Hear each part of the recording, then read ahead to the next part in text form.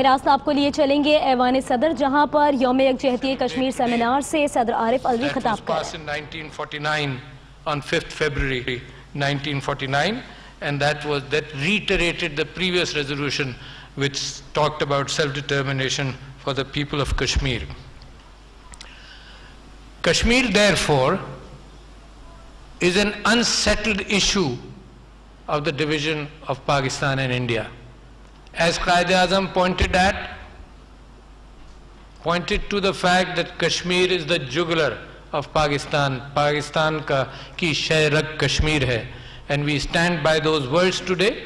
But Kashmir, again, as it was pointed out here from this stage, is not a matter of land, is not a matter of geography, it's a matter of people of Kashmir who are suffering tremendously in the last 70 years, piled upon historical sufferings of the past few centuries. So Pakistan stands by them.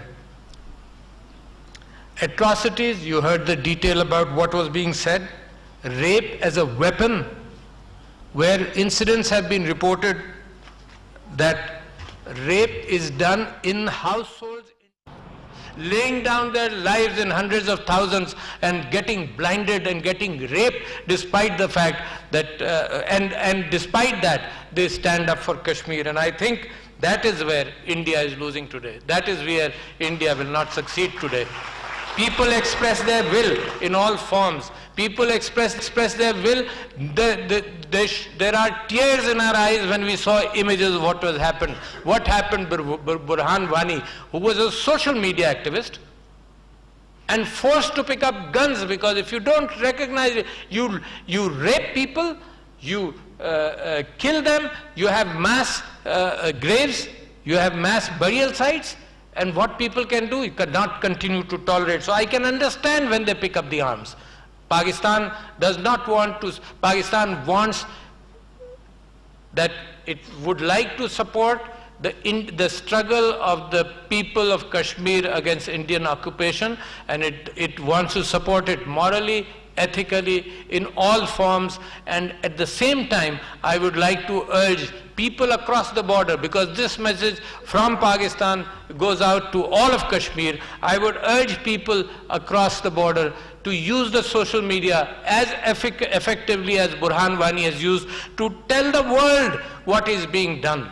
Because India has not allowed that to happen. India is hiding everything. And I challenge India today that if it is not hiding anything, why is it that it closes down its internet when anything happens? Only yesterday the Prime Minister of India went to Kashmir, and the images which you saw reflected very clearly that Kashmir doesn't want to be a part of India at all. I believe that despite all that, despite India being away, I am proud of the fact that the new government, the Prime Minister of Pakistan, on this issue, let me tell people, while Kashmir is used as a football in India when elections come, Pakistan is united.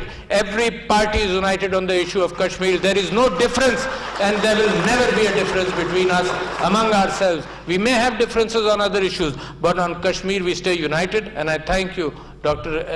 Ehsan Iqbal Sahab, for having said that. And India should know that as a fact. While in India, the oppression of Muslims, the BJP uses that to divide India within India itself, and also to use Kashmir as a football this way and that way, just to show. And this visit was a reflection of the same thing.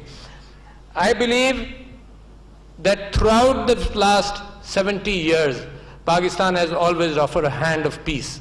This government, the change of governments is an opportunity internationally to be able to look at things from a new perspective. And very promptly, as soon as the Prime Minister of Pakistan got elected, he offered a hand of peace to India, which was rejected in a very whimsical and a belligerent manner.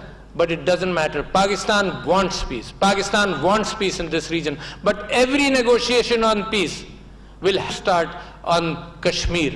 Despite the fact that India has used terrorism as an excuse, And despite the fact that every time when we talk about Kashmir and we talk about negotiations, India brings up this issue of terrorism. Kashmir is not a terrorist issue. Kashmir is an issue of a promise which was made by India, and Kashmir is an issue of atrocities being committed on the people of Kashmir, and Kashmir is an issue of people who want to express their solidarity with Pakistan. They want azadi. That's a huge cry which resonates throughout the world. I am surprised by the fact that the international community has also ignored these issues. I am thankful to the countries which have supported us, and I am thankful to the Organization of Islamic Conference which has supported us, and the countries who have supported this cause. I believe that it will continue to happen in Palestine and Kashmir, that the child, as soon as it is born, as soon as it can pick up a stone, will use that stone to cry for liberation. I believe as the world sleeps, we must shake their conscience. I believe that the people across the border, my friends, my brothers who are living down their lives across the border, I believe that they must use every forum possible in social media to propagate their misery, to tell the world, to show that the images to the world what is happening. But at the same time, I would urge the United Nations to live up to its promises which have been made to the people of Kashmir. The President of the UN General Assembly, when she visited Pakistan recently, I urged her that now, after the report which has come out with the Human Rights Commission, which has talked about the brutalities which are being done there, I have urged her to send a fact-finding commission to Kashmir, and which has been requested by the Commission itself. I believe that the other organizations are also taking note. But it is up to Pakistan and up to the people of Kashmir and the people who sympathize with the cause of Kashmir to lift these issues. Amnesty International has looked at it and given reports.